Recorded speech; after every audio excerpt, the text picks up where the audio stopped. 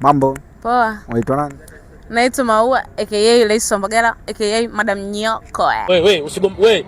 Acha. Bwana, kwa nini Rais wa Mbagala? Yaani mimi ninashingisha zangu hata demu wako haziwezi.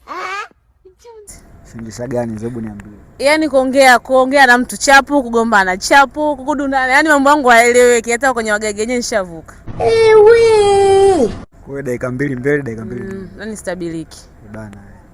Wewe Mbagala ni kitu gani kimekuvutia mpaka utaki kutoka Mbagala ukajipa na urahisi kabisa? Get ready.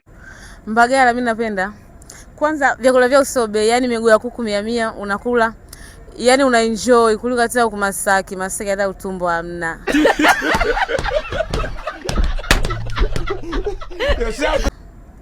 Watu wasema wanawake wa Mbagala ni wanawake ambao hawajatulia, mapepe, wanawake wa Uswahili mwingi. Na ndo anapenda vipi mabwana zao. Kwa hiyo na Uswahili ni hivi. Uswahili mimi Mswahili. Yaani ni Mswahili kabisa, sio sile yani. Yaani hapa nyewe yani ndo sababu ndo kushuhudia, lakini nikuja sana dela. Mimi Mswahili pure kabisa. Goodbye.